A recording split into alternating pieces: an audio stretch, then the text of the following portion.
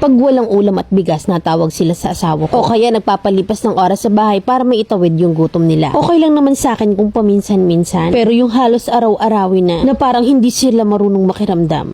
17 years old ako nang nabuntis at 16 naman yung asawa ko. Sa murang edad ay binuhay kami ng marangal ng asawa ko. Lahat ng trabaho ginawa niya para lang mabuhay niya kaming mag-ina. Kaso hindi mo talaga matatanggal yung mga mukhang perang biyanan at pakilamera. Nung araw na nanganak ako sa panganay ko, nakatira kami ng asawa ko sa amo ko sa lechonan. May ugali yung mga biyanan ko na hindi kami iimikan pag hindi sila mabigyan ng ulam or pera minsan. Hanggang sa natanggal sa trabaho yung asawa ko dahil nagkasakit siya at tumira kami sa bahay ng mga biyanan ko. Doon ko nakita yung mga kakaibang ugali nila dahil nga sa hindi makapagtrabaho yung asawa ko at sa padala lang ng mama ko kami umaasa. Lagi kaming pinagsasalitaan na lumayas na kami at hindi daw kami makatulong sa kanila. One time, chinichismis ako ng biyanan kong babae sa kapitbahay nila at nakarating yun sa akin. Nakesyo wala daw kaming ambag sa pagkain at gawaing bahay sa kanila. Pero nagbibigay naman kami ng pangulam at pambili ng bigas. Hanggang sa umabot kami ng sagutan dahil sa hindi ako nakapagtimpe. Kaya't pinalayas nila kami. Nag-boarding house kami for 1 year. Hanggang sa napagdesisyonan kong mga ibang bansa para makapag-ipon at makapagpagawa ng bahay. Habang nasa ibang bansa ako'y nakatira naman yung mag-ama ko sa bahay ng tito nila. At nung magkaroon kami ng ipon ay nakapagpatayo kami ng sarili naming bahay sa lupa ng mama ko. At ngayon na nakapagpagawa na kami ng sarili naming bahay, yung mga biyanan ko naman yung lapit na naman sa amin. Lahat na yata ng pangangailangan nila sa asawa ko inasa. Baon ng mga kapatid niya, panggas sa motor ng papa niya na pamasada. At pag walang ulam at bigas ay natawag rin sila sa asawa ko. Na doon na rin sila nagpapalipas ng oras sa bahay namin para lang maitawid yung gutom nila. Ayos lang naman sana kung minsan lang. Pero yung halos araw-arawin na nila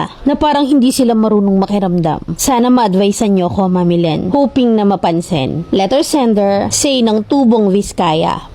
Ang problema dyan yung asawa mo. Hinahayaan niyang abusuhin kayo ng biyanan mo. May trabaho ba ngayon yung asawa mo at hindi iniisip yung hirap at pagtitiis mo abroad na para maibigay lang yung maayos sa pamumuhay nyo? Na ang masaklap kasi sa ganyang sanay na, mahihirapan kayong iagwat yan. Na lahat ay dulot ng asawa mo, bakit hindi siya yung kausapin mo? Kasi kung sa sweldo mo kinakaltas lahat yung hinaing mo, sabihin mong hindi ka namumulot ng pera sa abroad. At kung sa kanya naman binubunot ang binibigay, huwag namang gawing abuso at dulot ng lahat. Kasi may pamilya rin kayong sarili. Case of emergency ba may mabubunot kayo? O ipapangutang nyo pa pag nagkaroon ng peligro emergency? Kasi kita kung nasa asawa mo yung problema na kaya ganyan yung labas na naging abusado na yung in-laws mo. Talk to him nicely, ipaliwanag mong mabuti yung mga needs nyo and savings kasi hindi naman panghabang buhay nasa abroad ka na hindi ka mo araw-araw Pasko. Kailangan mo siyang kausapin ng maayos kung hindi lalabas sa sumbat ha na kasi baka mamaya ma-misinterpret ng asawa mo kayo yung magkaroon ng problema. Ipaliwanag mo sa kanya na baka lang kako sa huli o baka nang uuwi sa Pinas at